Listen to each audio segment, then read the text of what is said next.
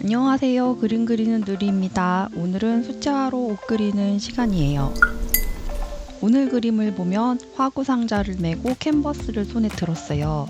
그림을 그리기로 마음먹고 제일 먼저 하는 고민은 어떤 재료를 사야 하는가 일 텐데요. 서방에 가면 정말 수많은 종류의 재료와 천차만별의 가격대의 재료들이 존재를 하죠. 재료에 대해서 할 얘기가 엄청 많긴 한데 오늘은 재료를 살 때 싸구려를 살 것인가 아니면 고급 전문가용을 살 것인가 그거에 대해서 이야기해 보려고 해요. 제 경험과 지극히 개인적인 생각으로는 재료는 아주 비싼 걸 살 필요가 없다는 거예요. 그림을 그리기로 마음먹었을 때 가장 중요한 거는 가능한 한 많은 재료를 만져보는 게 좋은 것 같아요. 수채화도 있고 유화도 있고 아크릴도 있고 파스텔도 있고 또 오일 파스텔도 있고 재료는 엄청나게 많잖아요. 조각에 관심이 있다면 이게 점토가 될 수도 있고 분야로 따지면 한국화가 될 수도 있고 또 뭐가 있나. 아무튼 미술의 분야는 엄청나게 다양하잖아요. 거기에 사용할 수 있는 재료도 엄청나게 다양하고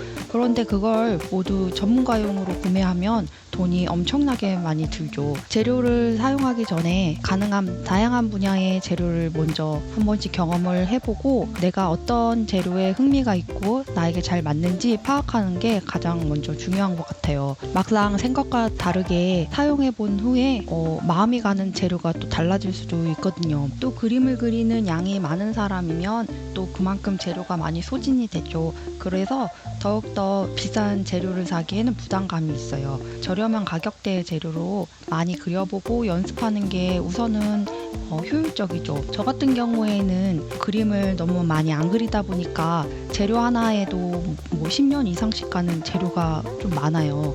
너무 지긋지긋해서 중간에 막 나눔도 하고 그럴 정도인데 이럴 경우가 있어요. 저처럼 재료를 한번 사면 너무 안 달아가지고 이렇게 오래 쓰는 경우가 있는데 그림을 계속 그린다는 전제 하에 당장 관두지 않고 정말 오랫동안 그림을 할 생각이라면 초안에 비싼 재료를 사도 좋을 것 같아요. 제가 요즘 많이 후회하는 게 그림을 조금 이제 흥미가 많이 생기고 그림에 재미를 붙여가긴 하는데 고급 전문가용 재료를 한번 써보고 싶은 거예요. 그런데 제가 갖고 있는 재료가 그냥 보급형인데 이게 도통 다를 생각을 안 하네요. 그림을 많이 안 그리다 보니까. 그리고 제가 그림 그리는 기법이 재료를 두껍게 올려서 사용하는 스타일이 아니고 재료를 적게 써서 얇게 펴 바르는 스타일이다 보니까 재료가 정말 또 안 사라져요. 그래서 정말 그림을 끝까지 할 생각이 있다면 애초에 전문가용을 사도 좋을 것 같아요. 그렇게 사도 오래오래 사용할 수 있으니까요. 그런데 저처럼 재료 한 번 사서 뭐 5년, 10년 이상 쓸 정도로 그림을 안 그린다면 전문가용을 쓸 자격도 없겠죠.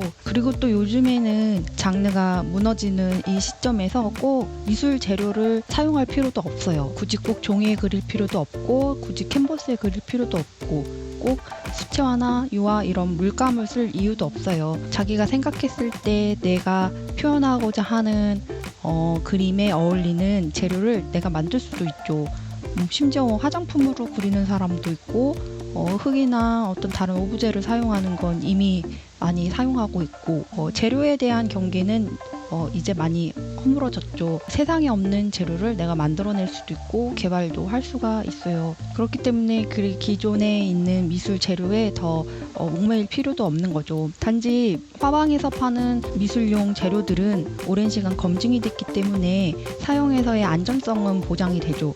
그림을 그리고 나면 내가 검증되지 않는 새로운 재료를 사용했을 때 그것이 얼마나 오래 보존이 될 수 있는지는 아무도 몰라요. 그러한 불확실성 그리고 재료의 성질이 서로 다른 게 섞였을 때에 어떻게 표면이나 재료끼리 더 밀착이 될 수 있는지 뭐 그런 다양한 요인들이 검증이 필요하기 때문에 안정성을 위한다면 화방에 있는 재료를 사용하는 게 또 좋죠. 그리고 재료마다의 성질이 다르기 때문에 우선 그림을 시작할 때는 화방에서 파는 재료들로 그 재료의 성질을 잘 파악하고 재료를 가능한 한 많이 사용해보고 실험을 해봤으면 좋겠다는 생각인 거예요. 그래서 그게 어느 정도 숙달이 되면 자기가 새로운 안료를 찾아서 실험도 더 할 수도 있고, 그리고 그림에 어느 정도 수준이 올라오면 그때 가서 비싼 전문가용 재료를 사도 손해가 아니라는 거죠. 확실히 전문가용이랑 저렴한 물건 사이에는 질적인 차이는 있어요. 발색이라던가 보존력이라던가 밀착력 같은 품질이 존재하죠. 수준이 아주 극강인 사람은 어떤 재료를 써도 뭐 머리카락으로 그려도 그림이 아마 잘 나올 거예요. 그런데 그러지 않는 저희는 약간 재료빨을 받기도 하죠.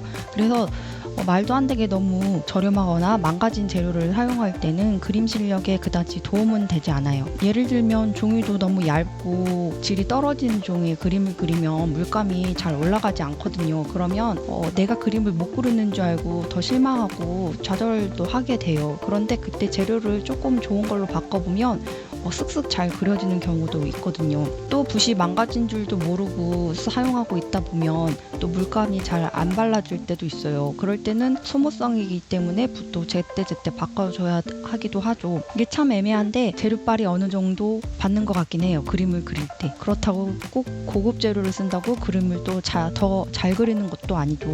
그러니까 나의 상황과 재정 상태 그리고 그림 실력을 가늠해서 재료를 선택하는 게 좋은 것 같아요. 할 말은 진짜 무지무지 많은데 너무 또 시간이 길어져서 오늘은 이쯤에서 할게요. 하고 싶은 얘기를 한 번에 다 해버리면 제가 또 아이템이 떨어지니까 동영상 자주자주 많이 올릴 수 있도록 이만 말을 줄이겠습니다. 그러면은 오늘도 즐겁게 그림 많이 그리시고 또 저는 다음 그림으로 올게요. 시청해주셔서 감사합니다.